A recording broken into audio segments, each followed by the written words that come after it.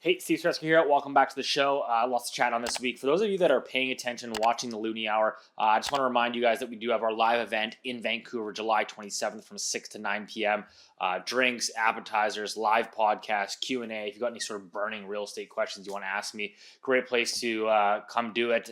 Meet in person. I'd love to meet a lot of you that have been tuning into this channel for many, many years now. So there's going to be a link in the description below, which will take you to the Eventbrite page where you can go and buy tickets. But, I want to frame up this week's video heading into the Canada Day long weekend here. Hope everyone's, going to enjoy some time off. But, to frame things up in the real estate market, we've got Canada's, CPI inflation. We've got what's happening on the immigration side, construction cost side. And so I'm going to put the whole picture together for you guys.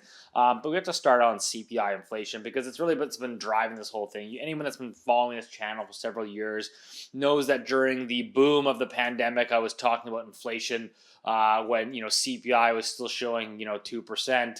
But soon ticked up to 8%. That it was a lagging indicator that inflation was out of control. You had the money supply in Canada was growing by 20+% a year. National house prices were growing 30%, not just in Vancouver and Toronto, but nationally, home prices were growing at the fastest pace ever, 30% year over year. And so I was talking about this rampant inflation impulse that's coming through the markets, and it just never showed up in the CPI indicator. And everyone's saying, the government index is massage, it's fake, you can't rely on it. And now we're kind of at the flip side. I'm going, I don't know. And prices aren't necessarily coming down. We don't have outright deflation, but I would argue that we do have some disinflation, which is inflation has clearly gone from a peak of 8, 9, 10%, whatever you want to call it, to clearly prices are moderating in almost every category. Now, yes, food prices are still expensive. Yes, house prices are still expensive. They're not coming down. That would be outright deflation, but they have moderated. And so if you look at the most recent CPI headline inflation print, you had CPI headline inflation at 3.4% on a year-over-year basis. So we're now into the threes. We're now into the low threes, 3.4% headline inflation. If you strip out mortgage interest costs, because mortgage interest costs are basically the Bank of Canada choosing to raise interest rates. So it's self-inflicted. If you strip out mortgage interest costs in CPI headline inflation, CPI headline inflation would have been 2.5%. 2.5% if you strip out mortgage interest costs. So mortgage interest costs are essentially adding nearly a full 1% to the overall headline inflation. And so, again, people go, well, you can't strip out, mortgage interest costs because then, what about gasoline? There's these base effects. And while that is true, I would argue the variable the Bank of Canada can control is mortgage interest costs and obviously shelter inflation. When you raise interest rates, it tends to push people into the rental market. They look for alternatives, and so rents push up. So the Bank of Canada is actually, we're basically at that 2.5% mark, which is in between the Bank of Canada's control rate. Then remember, the Bank of Canada, while they have a 2% sort of target, they actually have a control mandate of 1 to 3%. So I would argue that there. Now, don't get me wrong. I think the Bank of Canada probably could still raise rates here in July. And it's not because they're so smart and they know what's happening. Remember, the Bank of Canada told everyone that rates were going to be low for a very, very long time till the end. They weren't going to start raising rates till the end of 2023. Inflation was transitory. And house prices were climbing at 30% on a national basis. 30% on a national basis. They raised rates for the first time officially 1 month after the housing market peaked. So the housing market peaked in this country in February of 2022, and they raised rates for the first time in March of 2022. So the Bank of Canada is not a forward-looking indicator. I don't care how many PhD economists they have. The Fed, the U.S. Federal Reserve, has 400 PhD economists on staff, and they all missed the inflation. They all missed it. So I don't think central bankers, it's a hard job. Don't get me wrong. I've been wrong.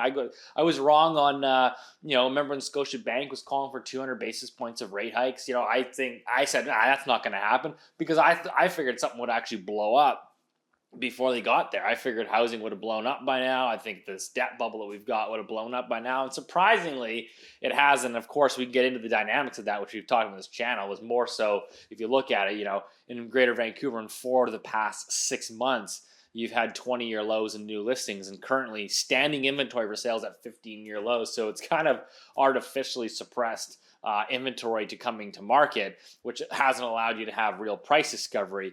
Then, of course, you can get into the banks, basically allowing people to defer their interest payments and increase their amortization. So these distressed houses that should be coming to market haven't been coming to market. But again, suffice to say, the Bank of Canada could very well still hike here in July, but they are not leading indicators. Despite all the models and PhDs they have on their payroll. They failed to see a lot of this. So that's kind of how I'm looking at housing. And again, remember the Bank of Canada, part of the reason why they raised rates in June, they unpause rates because they said housing activity has rebounded in the past 3 consecutive months. And while that may be true, I would argue that there's not a huge demand boom. This is not like the pandemic. This is a supply-driven dynamic which is causing prices to push higher. It has nothing to do with the demand side. In fact, sales activity is still below long-term 10-year averages across all major markets other than Calgary and parts of Alberta. In most of these major markets, you're not seeing that real demand boom. But again, so that's kind of how I'm looking at the Bank of Canada. One thing I'd say when people say, well, I don't trust government data. Great, no problem. Go look at Trueflation, Trueflation. It is a private, readily available inflation basket that the private sector has put together, and they had Trueflation in the US peaked at 12%. It's now down to 2.4%. So I think that's where we're going.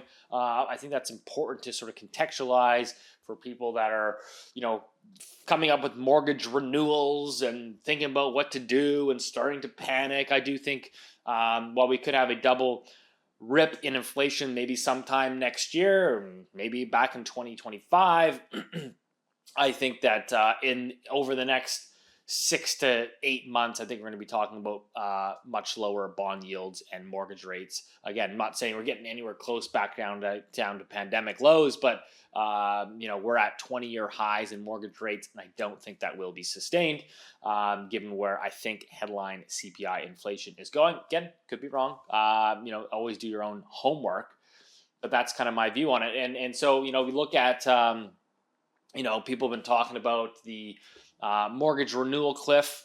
Certainly think it's going to be something to keep an eye on. I think that if you look at it here, you can see of all the fixed rate mortgages in this country, the largest ones coming up for renewal, the big bulk of them are coming up in 2024 and 2025. In 2025, you're going to see $352 billion with a B coming up for renewal. And that's, these are people, again, if you think about it, if you're renewing a mortgage in 2025, it means you probably took out a 5-year fixed rate in 2020, sort of during the depths of the pandemic. You probably would have been looking at a mortgage rate of probably about 2%. So again, hypothetically, rates today at about 6. Could we come back down to 4, maybe 3.5? It'd still be a sizable increase in one's mortgage payments. You'd have to then refinance, extend the amortization, which would require you to sort of requalify. So there's a few variables, but I think those are natural headwinds looking out into the housing market. And again, this comes back to the whole Bank of Canada thing, which is you got to let these rate hikes work through the system, right? You got to let them work through. Only 1/3 of Canadians have seen a mortgage payment increase because you've got this wall that's coming, and it's coming very, very soon. And so you can imagine a scenario where everybody's mortgage payments are increasing in 2024 and 2025. That's going to eat into a lot of disposable income. All those mortgages that are coming for renewal, more money going towards servicing your mortgage, less money for consumer spending, which is approximately 65% of GDP is consumer spending alone. So that's kind of how I'm sort of framing that up. And then you kind of overlay all of this, muddling all this is the immigration numbers. Of course, we got more data coming out from StatsCan this week. Over the past year, since Q2, as of Q2, 1.2 million new people in this country, net, not births, deaths, people dying off. I'm saying net. We added 1.2 million people into this country over the past year. Clearly distorts a lot of numbers. Again, I always encourage people to look at real GDP per capita. It's actually been flat, stagnant, declining over the past 5-6 years, which means living standards are actually declining in the country. Again, despite GDP number go up, on a per capita basis, actually going down. And so, you allow 1.2 million people into the country. Where do they go? Okay, maybe they don't necessarily go buy a home, but they enter the rental market. They push rents up. When rents go up, that is an underlying cash flow for an investor to justify an investment. So that creates demand for housing. And number two, you get people that were renting. They get pushed out from their landlords. They see how tight the rental market is. They see how much rents are going up. They say, you know what, I'm tired of this doom loop, and I'm going to enter into the purchase market. So again, adding people and just saying, well, none of them are buying real estate, so it doesn't create underlying demand, I think is a complete misnomer, because I have conversations with people every single day that are buying real estate because they're sick of the rental market. Every 2 years, they're getting kicked out from their landlord, and the rents are going up 15-20%. So that's creating this demand. So if you look at the bigger picture, again, I think in the near term picture, housing is going to slow. Obviously, mortgage rates creeping back up to 6%. Stress tests at 8%. I think inventory will hopefully probably start to balance itself out. And so you're going to get some pressure on housing in the near term. Bank of Canada will probably keep raising rates because they're way behind the 8 ball, as they always are. And so they're going to end up over tightening. And so you'll have this slowdown in housing. And this is actually going to end up hitting supply in the long term. So if you think about a developer, we've talked about it on the show quite a bit. A challenge that a developer is facing today is, since the onset of the pandemic, construction costs are up 51% construction cost increase since the start of the pandemic. Over the past 16 months or so, you've seen a 250% increase in your construction financing costs. So you've got your cost of construction and your financing costs ballooning out. And then you're looking at this outlook and saying, well, everyone's telling me a recession's coming. Housing, sure, it's bounced back a bit in the spring, but underlying the demand isn't that great. These projects are really no longer feasible. And so you're seeing a lot of projects obviously hit the shelves. The ones that can allow projects to hit the shelves, that's the larger developers that have basically sitting on land for 25, 30 years. They have the ability to sit there and wait.